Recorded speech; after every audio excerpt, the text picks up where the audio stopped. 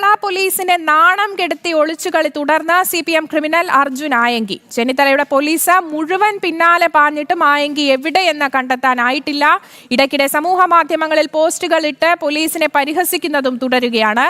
അർജുൻ ആയങ്കി വിവരങ്ങളുമായി ജിജീഷ് കരുണാകരൻ ചേരുന്നുണ്ട്. ജിജീഷെ, അത്യന്തം അപഹാസ്യമായ ഒരു കാര്യം തന്നെയാണ്. സമൂഹ മാധ്യമങ്ങളിൽ പോസ്റ്റുകൾ ഇടുന്നു, കൃത്യമായി തന്നെ ഒളിവിൽ പാർക്കുന്നു, പോലീസിന് നേരെ നേരിട്ട് തന്നെ വെല്ലുവിളി നടത്തുന്നു, എന്നിട്ടും ഇതുവരെയും പിടിക്കാനായിട്ടില്ല.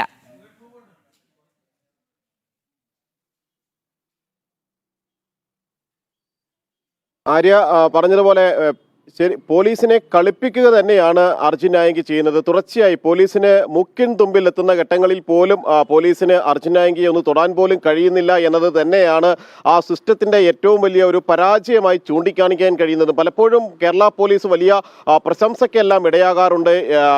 മോഷ്ടാക്കളെയും മറ്റ് ക്രിമിനലുകളെയും അവരുടെ താവളത്തിൽ പോയി പിടിക്കുന്ന ആളുകളെല്ലാം പോലീസ് തന്നെ അവകാശപ്പെടുമ്പോഴാണ് ഇത്തരത്തിൽ CPM ക്രിമിനൽ അർജുൻ ആയങ്കി നിരന്തരമായി പോലീസ് ഉദ്യോഗസ്ഥരെ ഭീഷണിപ്പെടുത്തുന്നു. SHOമാരെ, തനിക്കെതിരെ അന്വേഷണം നടത്തുന്ന കോതമംഗലം SHO, ഊന്നുകൽ SHO എന്നിവരെ ഭീഷണിപ്പെടുത്തിക്കൊണ്ട് പോസ്റ്റ് ഇടുന്നു. അതുമായി ബന്ധപ്പെട്ട് ഒരു പ്രതികരണം നടത്തിയതിന് ആഭ്യന്തരമന്ത്രിയെ പോലും ഭീഷണിയുടെ നിഴലിലേക്ക് മാറ്റുന്നതിന് വേണ്ടി അർജുൻ ആയങ്കി ശ്രമിക്കുന്നു. പിന്നീട് മുഖ്യമന്ത്രിക്കെതിരെ അപഹാസ്യകരമായ പോസ്റ്റുകൾ ഇടുന്നു. ഇങ്ങനെയെല്ലാം ചെയ്തതിന് ശേഷം, കാരണം കഴിഞ്ഞ ഏതാനും ദിവസങ്ങളായി അർജുൻ ആയങ്കി പോസ്റ്റുകൾ ഇട്ടതിന് ശേഷം എറണാകുളം ജില്ലയിൽ തന്നെ തങ്ങുകയായിരുന്നു. ആ സമയത്ത് ഒന്നും തന്നെ പ്രത്യേക അന്വേഷണ സംഘം രൂപീകരിച്ചിട്ട് പോലും അർജുൻ ആയങ്കിയെ പിടികൂടാൻ കഴിഞ്ഞില്ല. ഇന്നലെ ഇവിടെ നിന്ന് ടോൾ പ്ലാസ വഴി തൃശ്ശൂരിലേക്ക് അർജുൻ ആയങ്കി കടക്കുന്നു. അവിടെ എത്തിയപ്പോഴും അർജുൻ ആയങ്കി കൃത്യമായി തന്നെ താൻ ചില കടന്നു പോകുന്ന വഴികളെക്കുറിച്ചുള്ള സൂചനകൾ അടക്കം അർജുൻ ആയങ്കി നൽകുന്നുണ്ട്. എന്നിട്ട് പോലും കേരള പോലീസിന് അർജുൻ ആയങ്കി എന്ന ഏറ്റവും വലിയ ക്രിമിനലിനെ പിടികൂടാൻ കഴിയുന്നില്ല. തങ്ങളെ നിരന്തരം വെല്ലുവിളിക്കുന്ന പ്രതിയെ പിടികൂടാൻ കഴിയുന്നില്ല എന്നതാണ്. അതിൽ പോലീസ് ഇപ്പോൾ ചെയ്യുന്ന ഒരു നടപടി എന്ന് പറയുന്നത് അർജുൻ ആയങ്കിയുമായി ഏതെങ്കിലും തരത്തിൽ ബന്ധമുള്ള ആളുകൾ, അർജുൻ ആയങ്കിയുടെ ഗ്യാങ്ങുമായി ബന്ധപ്പെട്ടിട്ടുള്ള ക്രിമിനലുകൾ എന്നിവരെ കസ്റ്റഡിയിലെടുക്കുക എന്നതാണ്. അങ്ങനെയാണ് തിരുവനന്തപുരത്ത് 5 പേരെ കസ്റ്റഡിയിലെടുക്കുന്നതും മലപ്പുറത്ത് 4 പേർ കസ്റ്റഡിയിലാവുകയും എല്ലാം തന്നെ ചെയ്യുന്നത് ഇതിന്റെ തുടർച്ചയായിട്ടായിരുന്നു. കണ്ണൂർ ജില്ലയിൽ 8 പേരെ കരുതൽ തടങ്കലിലേക്ക് മാറ്റുകയും ചെയ്തു. എന്നാൽ ഇതുകൊണ്ടൊന്നും അർജുൻ ആയങ്കി പിടികൊടുക്കുന്നില്ല എന്ന് മാത്രമല്ല, ചികിത്സയ്ക്ക് ആയുർവേദ ചികിത്സയും മറ്റ് മർമ്മ ചികിത്സയും ആയുർവേദ ചികിത്സയും എല്ലാമായി അർജുൻ ആയങ്കി അത്തരം കേന്ദ്രങ്ങളിലേക്ക് കയറി ഇറങ്ങുന്നു എന്നതാണ് CCTV ദൃശ്യങ്ങളടക്കം തെളിയിക്കുന്നത്. മലപ്പുറത്തെ ഒരു ആയുർവേദ ക്ലിനിക്കിൽ, ആയുർവേദ സെന്ററിൽ അർജുൻ ആയങ്കി എത്തിയതിന്റെ ദൃശ്യങ്ങൾ പുറത്തു വന്നിരുന്നു. മാത്രമല്ല, അപ്പോഴും അർജുൻ ആയങ്കിയുടെ കൂടെ ഏത് സമയവും ഏതാനും ആളുകൾ ഒപ്പമുണ്ട്. അതിൽ ക്രിമിനൽ സംഘങ്ങൾ അടക്കമുള്ള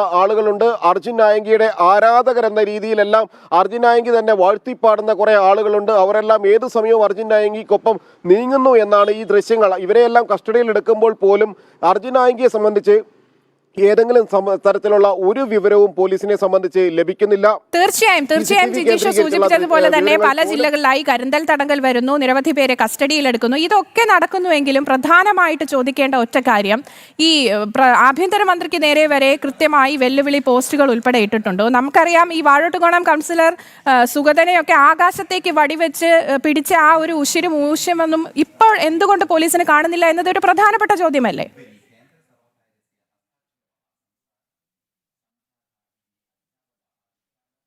ആര്യ, അത് ഏറ്റവും പ്രധാനമാണ്. കാരണം സുഗതൻ ഒരു ജനപ്രതിനിധിയാണ്. സുഗതൻ അർജുൻ ആയങ്കിയെ പോലെ ഇത്തരത്തിൽ പോലീസിനെ ഒരു ഘട്ടത്തിലും വെല്ലുവിളിച്ചിട്ടില്ല. പൊതുജന സേവനത്തിന്റെ ഭാഗമായി അല്ലെങ്കിൽ പൊതുജനങ്ങളുമായി ബന്ധപ്പെട്ട ചില പ്രശ്നങ്ങളിൽ ഇടപെട്ടതിന്റെ പേരിലായിരുന്നു സുഗതനെതിരെ കേസുകൾ വന്നത്.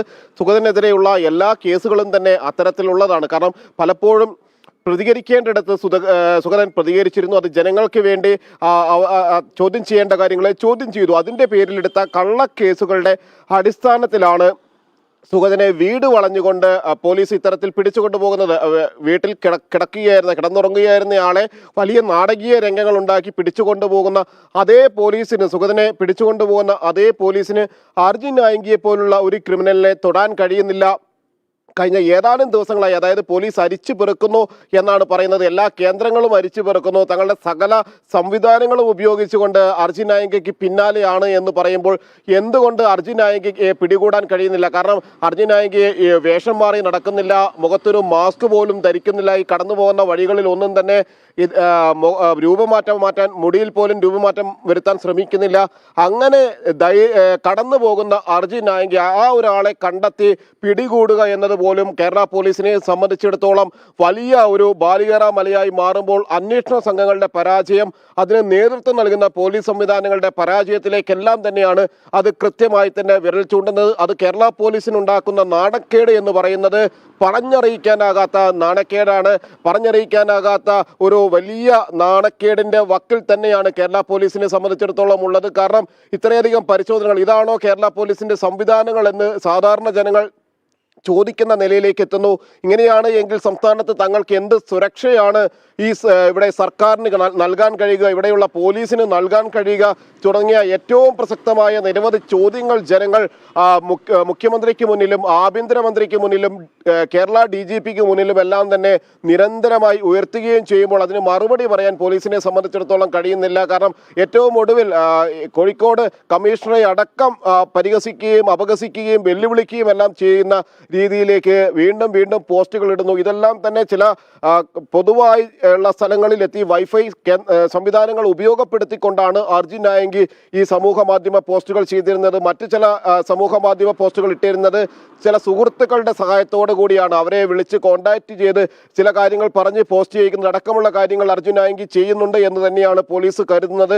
ഇപ്പോഴും തങ്ങളുടെ കൈ വലയത്തിനരികിലാണ് അർജുൻ നായങ്കി എന്ന് പറയുമ്പോഴും എന്തുകൊണ്ട് പിടിക്കുന്നില്ല എന്ന ചോദ്യം അവിടെ അവശേഷിക്കുകയും ചെയ്യാണ്. ശരി, വ്യക്തമാണ് ജിജീഷ്. എന്തായാലും അർജുൻ നായങ്കി എവിടെ എന്നുള്ള ചോദ്യം തന്നെയാണ് ഏറ്റവും പ്രധാനമായും നിലനിൽക്കുന്നത്.